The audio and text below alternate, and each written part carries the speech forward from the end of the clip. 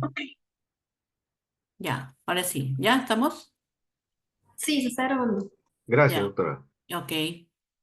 Entonces, como les estaba diciendo, la presión arterial es entonces una forma muy rápida de saber si un paciente está en shock y por lo tanto, entonces tengo que saber qué factores van a condicionar la presión arterial. Como ustedes saben, el gasto cardíaco por la resistencia vascular periférica me va a dar la presión arterial. Pero hay factores que van a modificar el gasto cardíaco y hay factores que van a modificar la resistencia vascular periférica. Los que modifican el gasto cardíaco son la frecuencia cardíaca, el volumen sistólico. Y asimismo, el volumen sistólico va a ser modificado por la precarga, la poscarga y la contractilidad.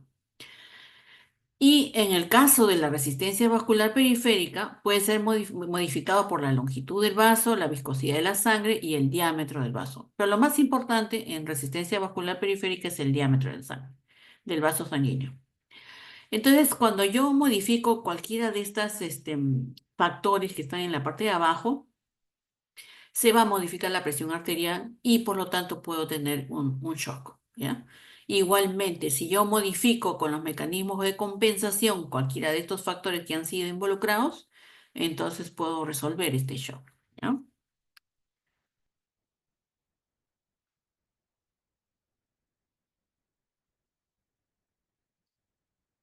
Muy bien. Entonces empecemos por el gasto cardíaco, ¿no? Por definir qué cosa es el gasto cardíaco. Como dijimos, significa el volumen sistólico que más o menos es 70 mililitros por la frecuencia cardíaca, que es más o menos 70 por minuto, y entonces nos hace aproximadamente unos 5 litros el gasto cardíaco, ¿ya?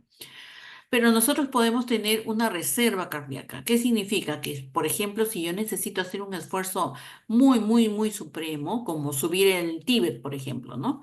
Quiero subir un cerro, una montaña muy grande.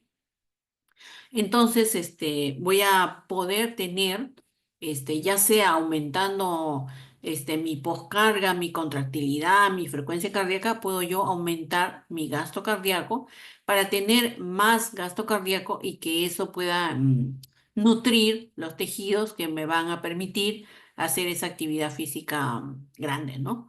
Entonces, esta reserva cardíaca puede llegar hasta el 300%, pero ¿quiénes tienen eso, no? Los que son más atletas, los que van a hacer algún tipo de ejercicio continuo, que tienen una dieta también saludable, probablemente tengan más reserva cardíaca que otras personas. Y tenemos que definir también qué cosa es precarga. Precarga, miren ustedes, acá hay un diagrama de lo que es la circulación con el corazón. Entonces, toda la sangre que ustedes ven acá en flechitas azules, más las flechas rojas, todas, cuando esté lleno, tanto las cavidades cardíacas como los vasos venosos y arteriales, hasta antes que empiece una sístole, es decir, al final de la diástole, todo eso viene a ser precarga, ¿ya? Entonces, todo el volumen sanguíneo que se encuentra en las cavidades cardíacas y también el sistema venoso y arterial, antes que se produzca una sístole. Eso vendría a ser precarga. Entonces, ¿cuál de estos vasos son los más importantes para producir esa alteración de la precarga? Principalmente los vasos sanguíneos venosos. ¿Por qué? Porque no tienen los músculos lisos que tiene el vaso arterial y entonces pueden almacenar gran cantidad también de líquido, ¿ya? Entonces, por ejemplo, la precarga, ¿dónde estaría aumentada? En toda situación donde el paciente tenga mucho líquido. Por ejemplo, hay situaciones en las que el paciente no controla su sed y toma harta agua. O hay pacientes, por ejemplo, que tienen aumento de su volumen porque no lo pueden manejar, porque de repente su corazón no funciona bien. Por ejemplo, puede aumentar la precarga. O hay pacientes que están sobrehidratados en la vena, ¿no? Viene una enfermera, no sabe cuánto líquido le tiene que dar al paciente y le da un montón de líquidos, ¿no? O de repente hay pacientes que no orinan bien porque tienen una enfermedad de insuficiencia renal y entonces yo le administro líquido y no tiene cómo eliminarlo por la orina. También puede aumentar su precarga, ¿no? Y por el contrario, ¿quiénes van a disminuir la precarga? cuando se salga el líquido de alguna manera, ¿no? Por ejemplo, en la sudoración, por ejemplo, en la hemorragia, por ejemplo, en la diarrea, en el vómito, etcétera, ¿ya? Hay una ley que se llama la ley de Frank Starling que dice que mientras el corazón esté bueno, está sano, si yo le aumento la precarga, por ejemplo, como en ese caso de la enfermera que les estaba diciendo, de que les da mucho líquido, entonces el corazón tiende a distenderse por gran volumen, ¿no? Entonces se distiende por ese gran volumen, pero esa distensión genera que tenga mayor fuerza de contracción. Esa es la ley de Frank Starling. Entonces, a mayor estiramiento, voy a tener mayor fuerza de contracción, por lo tanto, mayor gasto cardíaco. Pero eso ocurre siempre y cuando el corazón esté bien, ¿no? Sus fibras miocárdicas estén adecuadas. En relación a la contractilidad, depende solamente del músculo cardíaco, depende especialmente del ventrículo izquierdo, ¿no? Entonces, ¿puedo yo aumentar la contractilidad de un corazón? Sí, no. Puede ser que de repente yo le dé medicamento que active el simpático. Y ustedes saben que el simpático, una de sus propiedades es el aumentar la fuerza de contracción, ¿no? Puede tener un efecto inotrópico positivo o medicamentos, ¿no? Que tengan este efecto inotrópico positivo. ¿Y cómo puedo yo disminuir la contractilidad? Por ejemplo, cuando hay hipoxia, un infarto de miocardio, una isquemia o una alteración del músculo cardíaco, puede hacer que disminuya esta contractilidad, ¿no? ¿Y qué vendría a ser la poscarga? La poscarga es la fuerza, como dice acá, es la fuerza de contracción que tiene que hacer el ventrículo izquierdo para vencer una resistencia. Imagínense que el paciente tiene hipertensión, entonces los vasos sanguíneos están cerrados. Entonces el ventrículo izquierdo tiene que hacer más fuerza para poder llevar esa sangre, para poder expulsar la sangre por la aorta y los vasos sanguíneos periféricos. O imagínense de que de repente a nivel de la aorta, ¿no? El ventrículo izquierdo tiene que eliminar la sangre a través de la aorta y la aorta tiene una válvula cerrada, una estenosis valvular. Y entonces también, ¿no? No puede sacar la sangre por la aorta y por lo tanto tiene que tener mayor fuerza de contracción y eso es aumento de la poscarga, ¿ya? Finalmente, un factor que va a modificar la presión arterial es la resistencia vascular periférica. Yo les había dicho de que esta resistencia dependía de la longitud del vaso, de la viscosidad del vaso, pero principalmente del diámetro del vaso. Principalmente, ¿ya? Entonces, tiene una relación, el diámetro, inversamente proporcional a la resistencia vascular periférica. Es decir, a mayor diámetro voy a tener menor resistencia, a menor diámetro, mayor resistencia, ¿no? Inversamente proporcional. Mientras que las otras dos factores son directamente proporcionales, ¿no?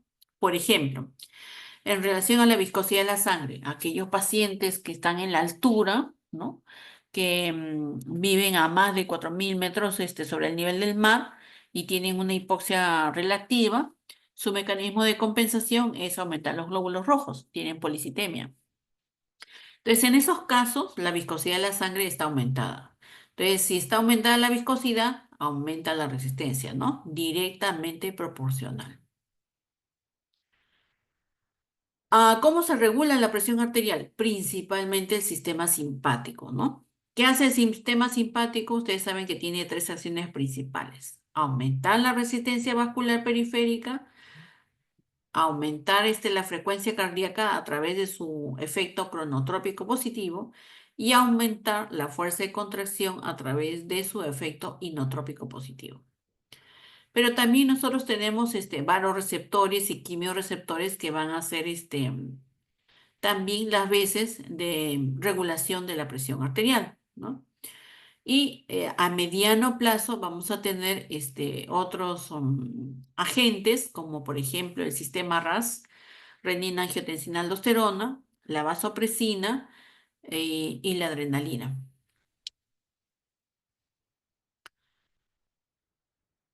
Entonces ahora vamos a ver cómo es que un paciente que tenga la presión arterial baja, por cualquiera sea el motivo, va a tener un mecanismo de compensación. Rápidamente, a través de los quimiorreceptores y varoreceptores que van a activar el simpático. ¿Qué hace el simpático? Como dijimos, va a producir vasoconstricción, es decir, aumenta la resistencia vascular periférica. Si la aumenta, aumenta la presión. Pero ¿qué más hace el simpático? También modifica la contractilidad del corazón, aumenta la contractilidad del corazón. Por lo tanto, aumentando la contractilidad, yo voy a aumentar el volumen sistólico. Si aumenta el volumen sistólico, aumenta mi gasto cardíaco. Y si aumenta mi gasto cardíaco, aumenta la presión arterial. ¿Y qué más hace el simpático? El simpático aumenta la frecuencia cardíaca. Si aumenta la frecuencia cardíaca, también estoy aumentando el gasto cardíaco y la presión arterial. Entonces, miren, el simpático es uno de los sistemas más importantes que van a producir la compensación de un paciente que tiene shock, ¿ya? ¿Y qué va a pasar si el paciente está con una vasoconstricción? La vasoconstricción no solamente se va a producir a nivel sistémico, sino también en algunos órganos como por ejemplo el riñón. Entonces, ¿qué hace el riñón? Activa a su renina, ¿no? Va a sintetizar renina. Y la renina va a convertir al angiotensinógeno a angiotensina 1, luego la angiotensina 1 en angiotensina 2, y la angiotensina 2 va a ir hacia la suprarrenal a producir aldosterona.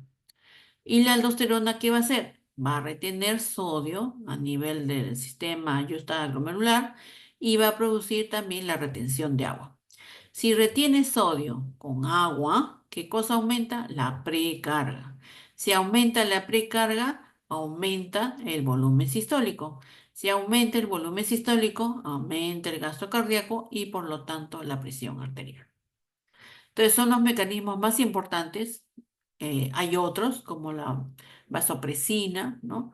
Como el cortisol también que van a actuar, pero va a ser un poco a mediano plazo. Acá lo que les estaba diciendo del riñón, ¿no? Y del sistema RAS. Entonces, ¿qué cosa vendría a ser shock? Shock es definitivamente un proceso agudo, ¿ya? O sea, va a tardar muy pocas horas en producirse este shock. Y es la incapacidad que tiene el cuerpo para suministrar oxígeno. Si yo no le doy flujo sanguíneo, no le estoy tampoco administrando oxígeno. Y este oxígeno va a servir para hacer el metabolismo aeróbico de los órganos. Entonces, no va a tener cómo hacer este metabolismo. Entonces, ¿cuál es la consecuencia? Un metabolismo anaeróbico.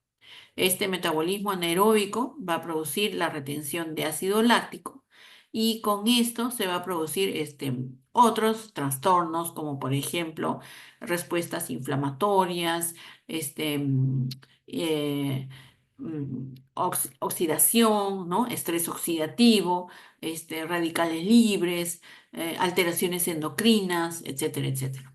Y y esto va a llevar a una lesión tisular y a un fracaso multiorgánico antes de la muerte, ¿no?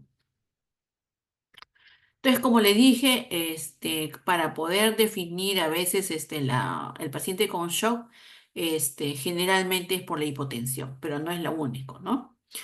En la presión arterial, ustedes tienen que saber este concepto de presión arterial media. La presión arterial media es una relación que hay entre la presión sistólica menos la presión diastólica, dividido entre 3 más la presión diastólica. Y esto más o menos es un poco más de 90 milímetros de mercurio. Entonces, si yo tengo una disminución de esta presión arterial media a menos de 60, ¿eso qué cosa me está diciendo? De que los tejidos no son bien nutridos por la sangre porque no está llegando la sangre. No hay perfusión tisular, ¿no? Entonces, si no hay perfusión tisular, hay una lesión tisular.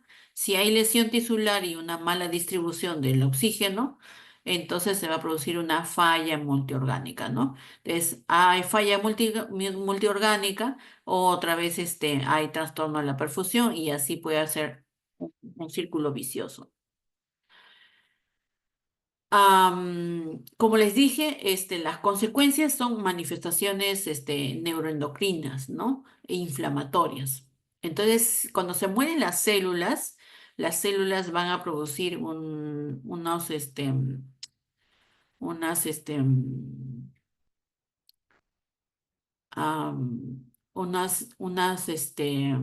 como lesiones que van a constituir una activación de nuestro sistema inmunitario, ¿ya?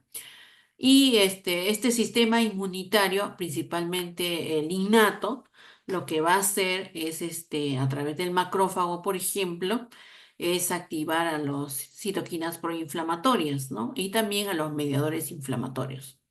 Y como les dije, era a través de la activación inmunológica. ¿Por qué? Porque el daño del tejido va a hacer de que se convierta en una sustancia extraña, ¿no? Denominada DAM, ¿no? Así como el PAM, ¿no? DAM. Este proceso inflamatorio finalmente me va a llevar a una hemorragia, ¿no? Y esta hemorragia me va a llevar a un edema y este edema finalmente me va a llevar a una disminución del gasto cardíaco y a una hipoperfusión. Pero también, como dijimos anteriormente, el sistema simpático, la vasopresina, la renina, angiotensina, aldosterona son muy importantes, ¿no? Para modificar el shock. Pero en el caso del shock, cuando ya es un poco más progresivo, va a haber una alteración justamente de la activación simpática, de la activación del sistema renina, angiotensina, aldosterona, y lo que va a producir más bien es una lesión de la célula, especialmente del endotelio, activando factores de coagulación que van a generar trombosis microvascular, disminución de la fibrinolisis y eso también va a originar hipoxia, ¿no? Y también la activación del proceso inflamatorio. Entonces, voy a tener alteración a nivel de la membrana plasmática, voy a tener radicales libres, voy a tener este aumento del nivel de calcio que tiene que ver con la apoptosis celular, ¿no? El calcio. Voy a tener disminución del metabolismo aeróbico, por lo tanto, más anaeróbico, y voy a disminuir mi pH. La función de la mitocondria se va a ver alterada y por lo tanto no va a haber ATPs tampoco, ¿no? Entonces va a haber mediadores de inflamación, isquemia, radicales libres que van a alterar a la célula y al núcleo principalmente. ¿Cuáles son las vías que van a conducir al shock? Uno de ellos puede ser, por ejemplo, que haya una infección con una bacteria y la bacteria, como habíamos estudiado en las clases de microbiología, ustedes saben que la bacteria tiene una sustancia en su pared que se llama lipopolisacárido. Y este lipopolisacárido lo que va a originar es una respuesta innata, ¿no? Una respuesta innata, donde va a activar al macrófago y va a producir una vasodilatación y por lo tanto, al haber una vasodilatación hay descenso de la circulación, ¿ya? Puede ser que también haya un traumatismo. Y este traumatismo lo que va a generar es un daño a nivel del tejido y va a eliminar sustancias de daño del tejido que también van a ser reconocidas como patrones de reconocimiento de patógeno, pero de tejido dañado. Y también va a activar a las células a un proceso inflamatorio y una vasodilatación. Puede ser que de repente haya una hemorragia y la hemorragia ¿no? Puede producir más bien un descenso de la perfusión. ¿Por qué? Porque no hay volumen, no hay precarga. Puede ser de repente que haya una insuficiencia cardíaca aguda. Y esta insuficiencia cardíaca aguda hace de que el miocardio, especialmente el ventrículo izquierdo, no lleve sangre hacia la aorta y por lo tanto también hay descenso de la perfusión ística.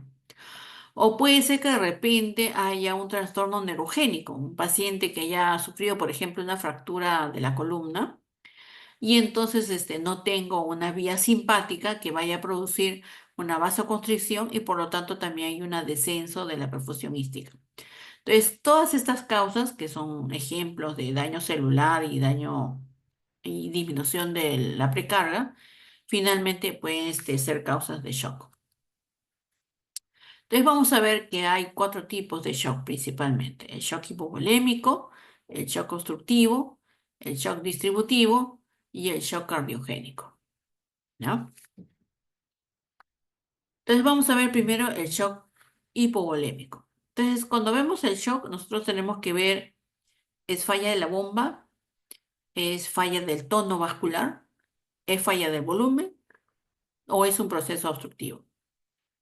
En este caso, del shock hipovolémico es falla del volumen. Entonces puede haber pérdidas externas, por ejemplo, un sangrado, o puede ser, por ejemplo, una quemadura donde se pierde más plasma. Puede ser una pérdida interna, por ejemplo, cuando se acumula líquido a nivel de los espacios pleural, peritoneal, etcétera.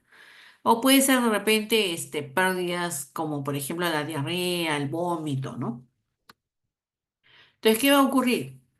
Va a ocurrir una disminución del volumen sanguíneo circulante, una disminución del retorno venoso, una disminución del volumen sistólico, disminución del gasto cardíaco y por lo tanto disminución de sangre hacia los tejidos, ¿no?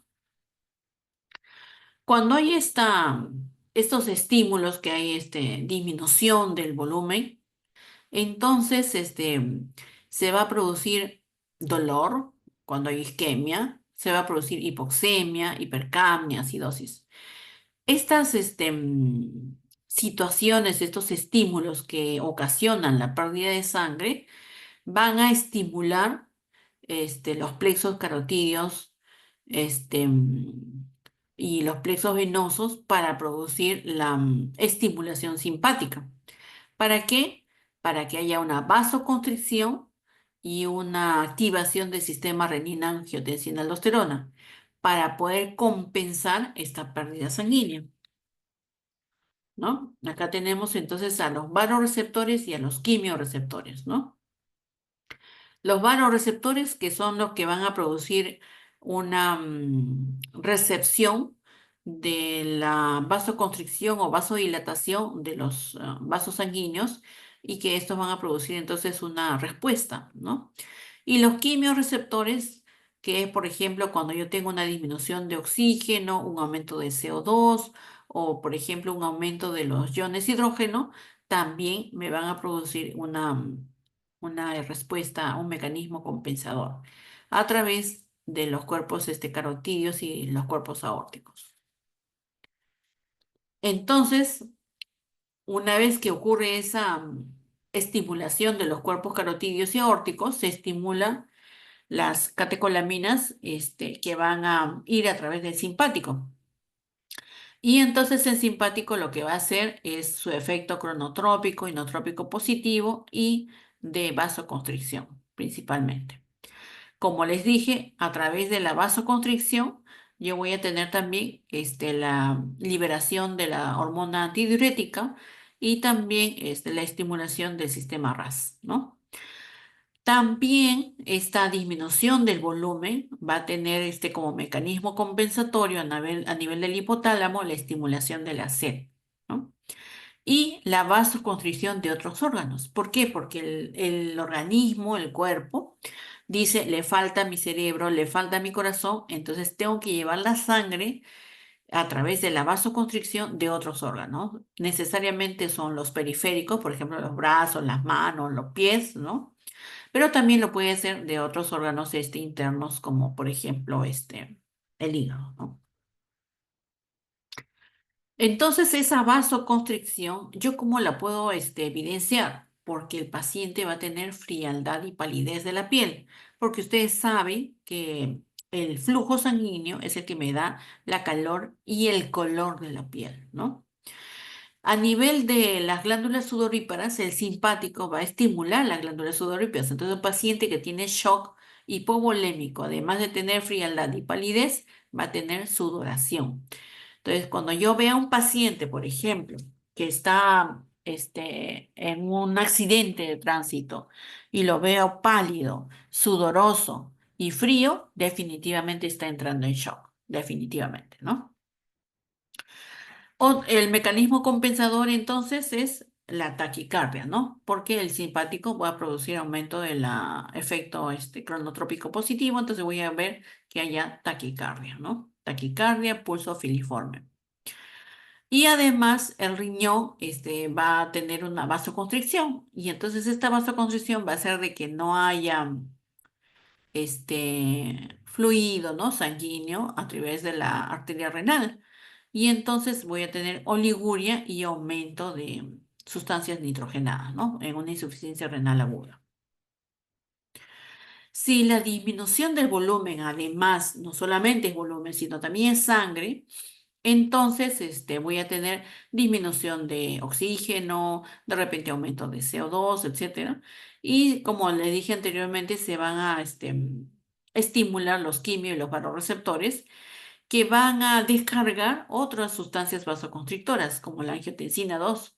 Ustedes saben que la angiotensina 2 es una sustancia mucho más potente como vasoconstrictor, inclusive más que el simpático, ¿no? La salida de adrenalina, noradrenalina, la CTH, la aldosterona, etcétera. Vamos a ver ahora el shock distributivo. El shock distributivo, la falla principal es el tono vascular. Hay una gran vasodilatación.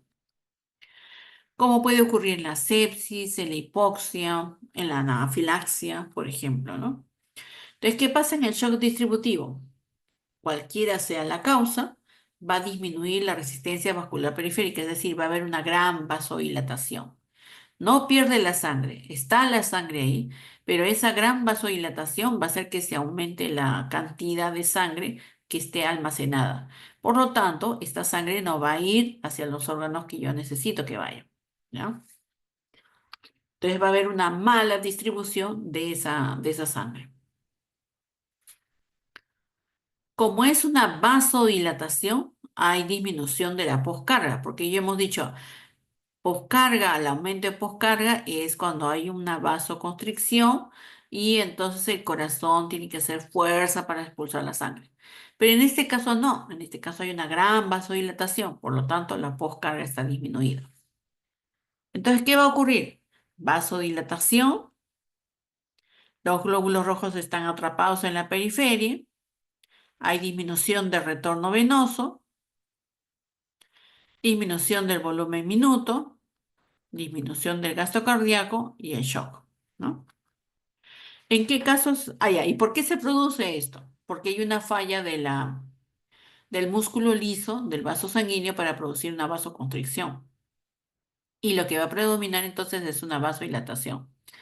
Normalmente, la angiotensina 2, la epinefrina, el calcio, lo que van a hacer es un aumento de la función de las quinasas y estas quinasas van a producir una activación de la miosina actina y por lo tanto una vasoconstricción, ¿no? Por contracción del músculo liso. Pero cuando hay una alteración, por ejemplo, una hipoxia, una anafilaxia, qué sé yo, entonces lo que va a predominar son sustancias vasodilatadoras, como el óxido nítrico o el péptido natural, natriurético atrial, que van a hacer de que aumente el GMP cíclico y que disminuya también la quinasa y por lo tanto hay una disminución de la activación de la miosina actina y por lo tanto se produce la vasodilatación, ¿ya? Entonces hay aumento del óxido nítrico porque aumenta la enzima que produce el óxido nítrico, ¿no? Hay una disminución del calcio, por lo tanto no se va a producir contracción muscular y lo que sí va a haber es un aumento del GMP cíclico que va a disminuir a la miosina fosforilada y va a producir entonces una vasodilatación. Además, también como hay una vasodilatación, entonces no hay metabolismo aeróbico y hay disminución del ATP, hay acidosis, hay lactato y eso también produce una disminución de la miosina fosforilada.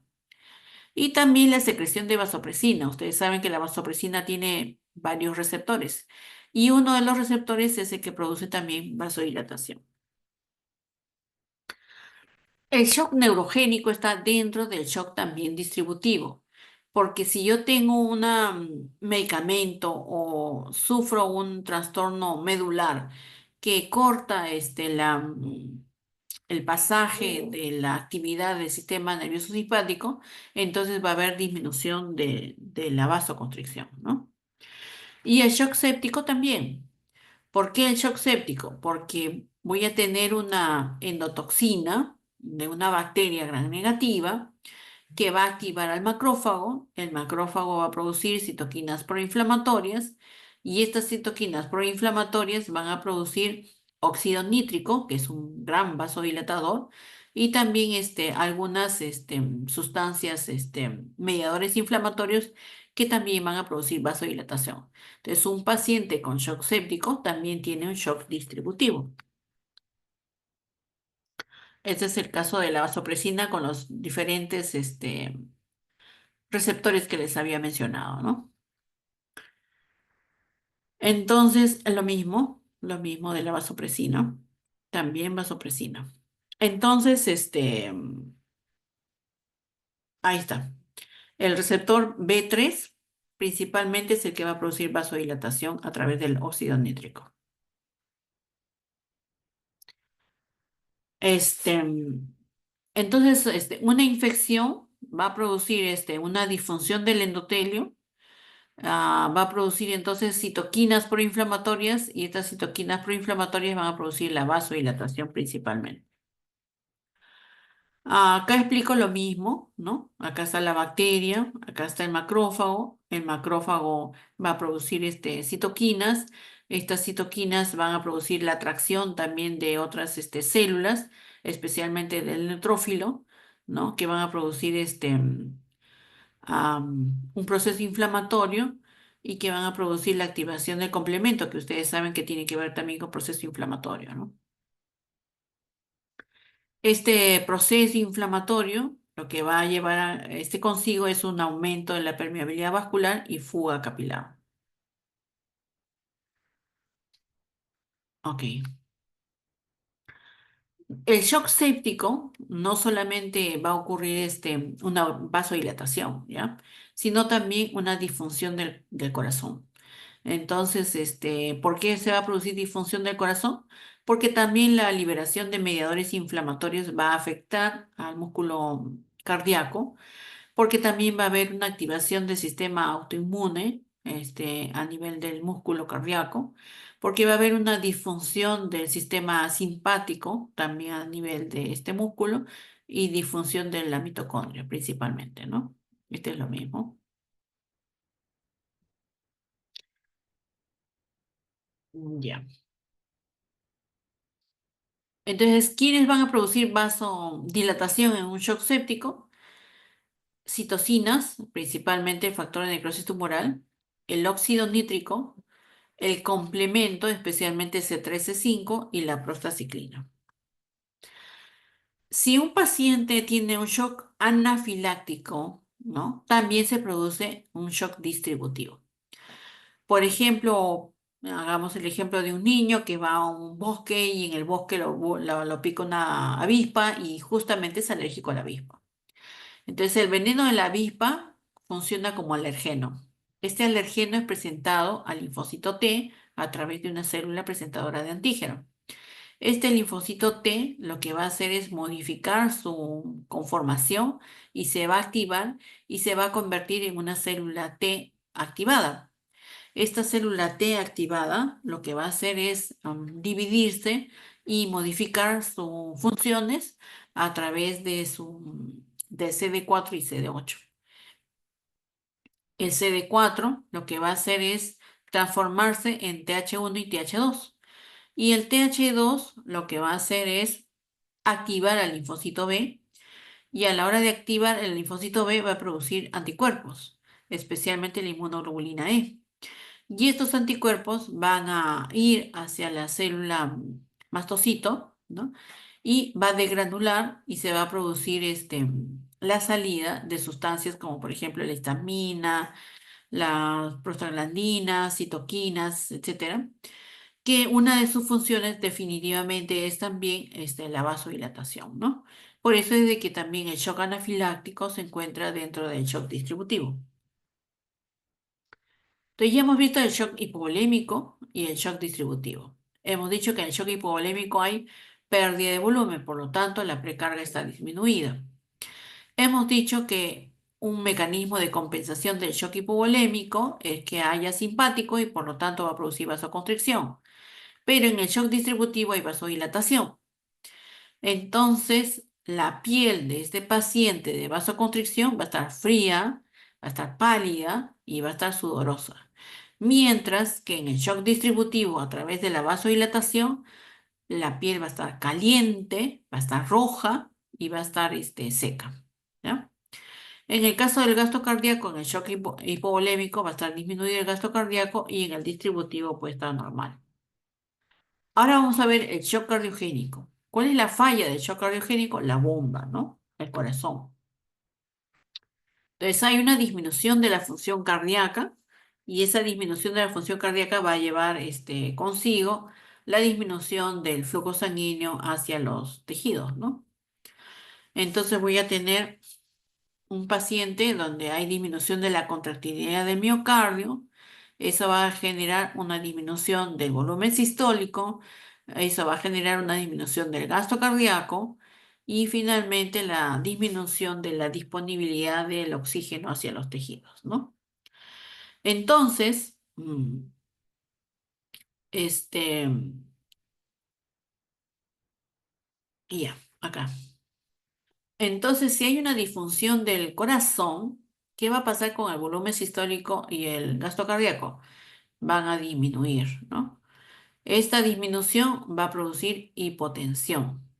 Esta hipotensión va a producir disminución del riego sanguíneo tisular, pero también de la coronaria. ¿Cuáles son los mecanismos compensadores que ya habíamos mencionado? El simpático, taquicardia y vasoconstricción. Pero si esto ocurre mucho tiempo, va a producir un metabolismo anaerobio y acumulación del ácido láctico y disfunción miocárdica. Pero también en este paciente que tiene un shock cardiogénico, aumenta la presión de fin de diástole. ¿Por qué? Porque la sangre no puede salir del ventrículo izquierdo porque no tiene fuerza para salir. Entonces se va a acumular hacia atrás, o sea, a la aurícula, al corazón derecho, a los vasos sanguíneos venosos. Por eso hay un aumento de la presión del fin de diástole.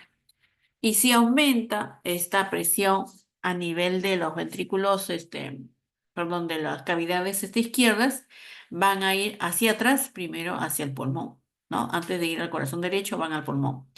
Y pueden producir una congestión pulmonar. La congestión pulmonar puede producir hipoxemia y nuevamente mayor isquemia, ¿no? ¿Cuáles son los mecanismos compensadores que tiene el corazón? Los mecanismos de Frank Starling que habíamos dicho, ¿no? Si tiene bastante volumen, mayor fuerza de contracción. El producir también la vasoconstricción a través de la angiotensina o del simpático. El producir mayor retorno sanguíneo a través del sistema renina-angiotensina-aldosterona. Y también finalmente, cuando pasa mucho tiempo, la hipertrofia del corazón, ¿no? El corazón comienza a crecer en grosor para producir mayor fuerza de contracción. ¿Qué hace la angiotensina? Como dijimos, la angiotensina 2 es un potente vasoconstrictor, pero también tiene otras acciones.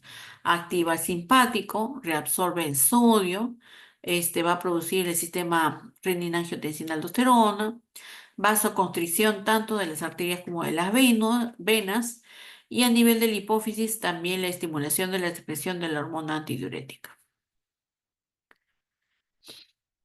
En el shock cardiogénico también hay una respuesta inflamatoria, ¿no? Con citoquinas proinflamatorias que van a producir una vasodilatación inapropiada y esto va a generar mayor hipotensión e insuficiencia coronaria. Finalmente tenemos el shock obstructivo. ¿Qué pasa en el shock obstructivo? El corazón está bien, el volumen está bien, el tono vascular está bien, pero hay una obstrucción, ¿ya? Por ejemplo, una embolia pulmonar, un neumotórax, un hemopericardio, que el corazón se llene de sangre, no lo deja latir y por lo tanto está obstruyendo la salida del flujo sanguíneo. Entonces, en el shock obstructivo voy a tener una obstrucción física del retorno venoso, una disminución del volumen minuto, disminución del gasto cardíaco y disminución de la disponibilidad de oxígeno hacia los tejidos, ¿no? Ahora, un paciente con shock cardiogénico puede finalmente terminar en un shock obstructivo, sí, o un shock hipovolémico puede terminar en un shock cardiogénico también, ¿no? Entonces puede empezar como un shock específico, pero finalmente cuando avanza, este shock puede involucrar también a otros órganos, produciendo diferentes tipos de shock, ¿no? Que va a llevar consigo al final, la disminución del gasto cardíaco, la hipoperfusión tisular y el fracaso de los órganos. Entonces, en resumen, si yo tengo disminución del flujo sanguíneo, voy a tener disminución del aporte de oxígeno a los tejidos, disminución de la producción de ATPs. Por lo tanto, voy a tener un metabolismo anaerobio y va a producirse acumulación de ácido láctico. Esta acumulación de ácido láctico va a alterar la función de bomba sodio-potasio ATPasa a nivel de la membrana. Aumenta la permeabilidad de la membrana y destruye la membrana, produciendo también salida de enzimas y sustancias oxidantes, ¿no? Este es un resumen más o menos de lo que va a ocurrir en un paciente que tiene los distintos tipos de shock. Muy bien, ¿alguna pregunta?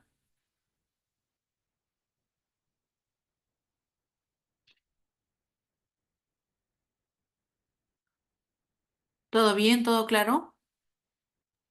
Sí, doctora.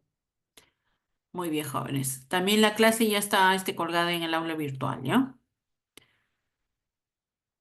Ok, muy bien, muchas gracias. Doctora, ¿podría, Dime, ¿podría dar una breve explicación de cuáles son los temas que es para seminario? ya, mira, yo les he colgado la guía. ¿Dónde estás? Um, Voy a ver si puedo compartir la guía. Lo que pasa es que, doctor, algunos tienen dudas en que, por ejemplo, mañana nos toca práctica y Ah, tienen esa inquietud si mañana ya se va a exponer, por ejemplo, ¿no? debería ser, ¿ya? Porque si no nos vamos a retrasar un montón.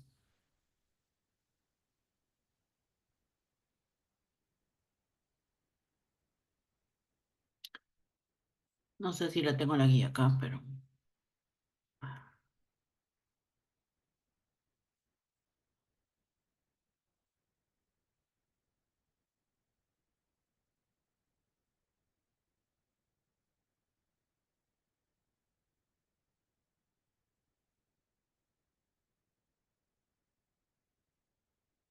¿están viendo la guía?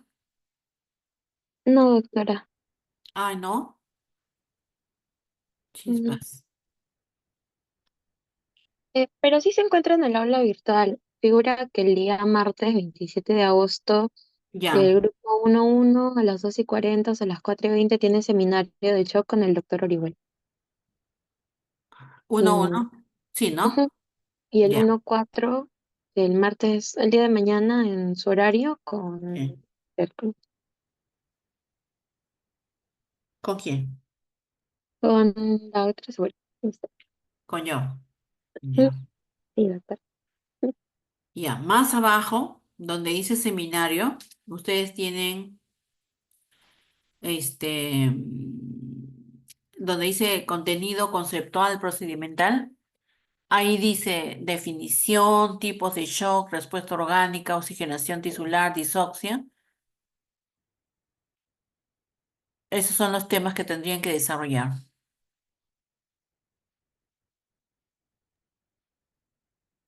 Ok. ¿Y cuántos más o menos, sabe cuántos minutos debe ser por exposición? En la clase inaugural que les he colgado, que debían haberlo revisado, ahí les he puesto que más o menos como unos 10 a 15 minutos cada uno. Doctora, disculpe, Mire, pero sale que tenemos que pedirle permiso o acceso. ¿Acceso de qué, ah? No eh, deja entrar al documento. ¿Así? ¿Del Sí, aula virtual? sí, doctora. eh, sí, ahí puse algo de clase inaugural y cuando damos clic sale que tenemos que pedirle permiso para ingresar. Ay, no te creo. Mm, ya lo voy a resolver eso, ¿no?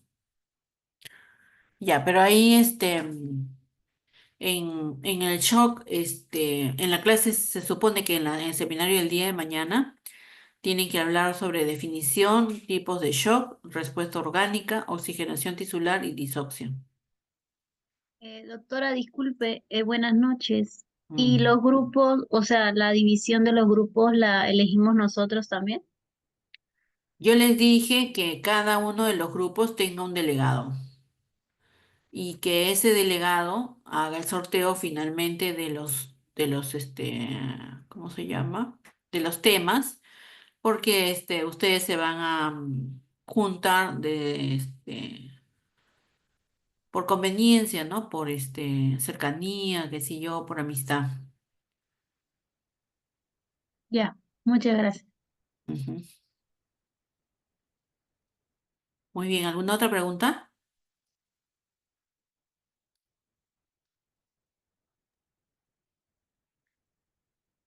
Doctora, buenas noches. Sí. Una consulta. Bueno, ahí en lo que puso dice 7, pero esos grupos sería para lo que es el caso clínico, 7 integrantes, y para seminario sería de cuántos integrantes el grupo. No. Yo he puesto en seminario que ustedes tienen que tener 7 grupos. ¿Por qué? Porque son 7 temas para exponer y todos tienen que exponer. Y en la primera unidad ustedes tienen 7 temas. En la segunda unidad va a tener 7 temas también. Entonces, supongamos que usted es del grupo uno. Entonces, en la primera unidad, el primer grupo que usted conforma va a exponer el primer tema. Cuando estemos en la segunda unidad, entonces el primer grupo va a seguir siendo usted con su grupo de alumnos, ¿no? Entonces, para eso es los 7, o sea, tiene que ser 7 grupos. De repente algunos van a ser de 2, otros van a ser de 3, pero tienen que ser 7 grupos. Ahora, el desarrollo del caso clínico depende de lo que pueda hacer su tutor. El doctor Castillo, por ejemplo, lo que hace es todos leen y él escoge quién va a exponer, por ejemplo, ¿no? Pero la doctora Pariona lo que hace es ella desarrolla el caso clínico. Igual yo también desarrollo el caso clínico con ustedes, ¿no? Soy la facilitadora para que ustedes desarrollen el caso clínico conmigo. Y no hacemos este grupo, sino todos participan en ese desarrollo del caso clínico. Entonces, principalmente el seminario es el que tiene los grupos para que ustedes expongan. Ok, doctora, gracias. Ujú. ¿Alguna otra duda?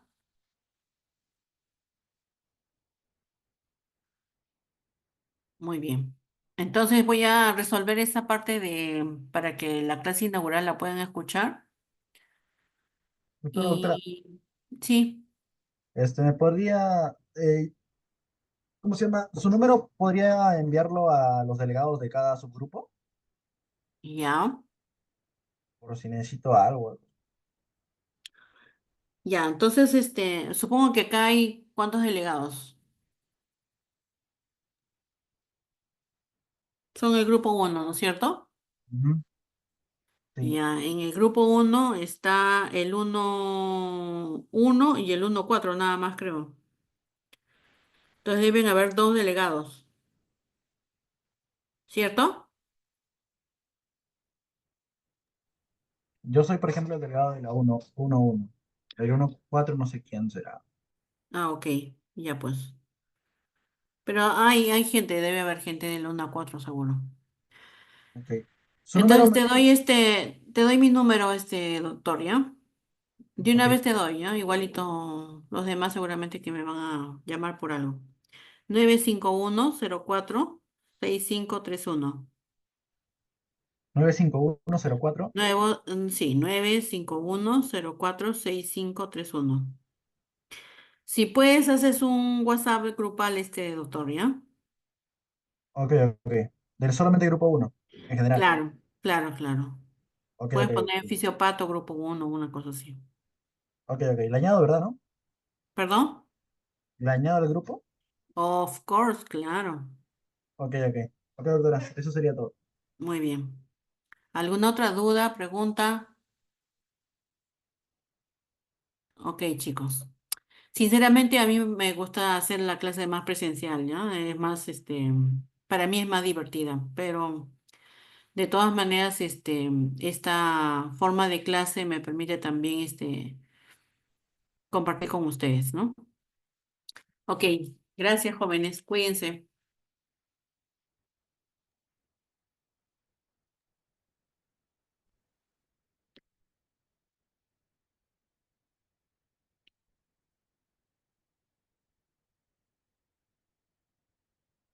Doctora, buenas noches. Buenas Disculpe, noches. una consulta. Dime. Con respecto a los casos clínicos, ¿nosotros tenemos que investigar o nos van a dar una lectura?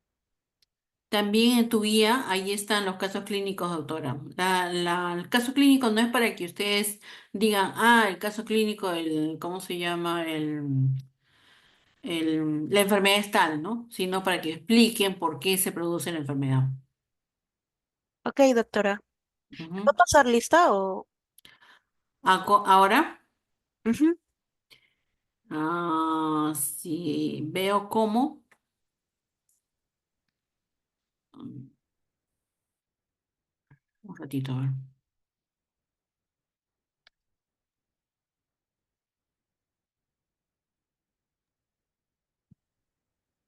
Ya la mitad creo que se desconectaron del Zoom, doctora. Sí, ¿no? Mm.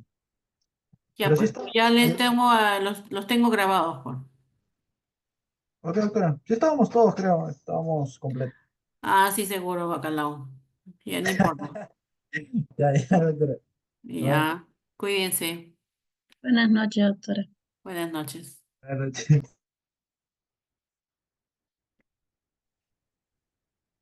Doctora,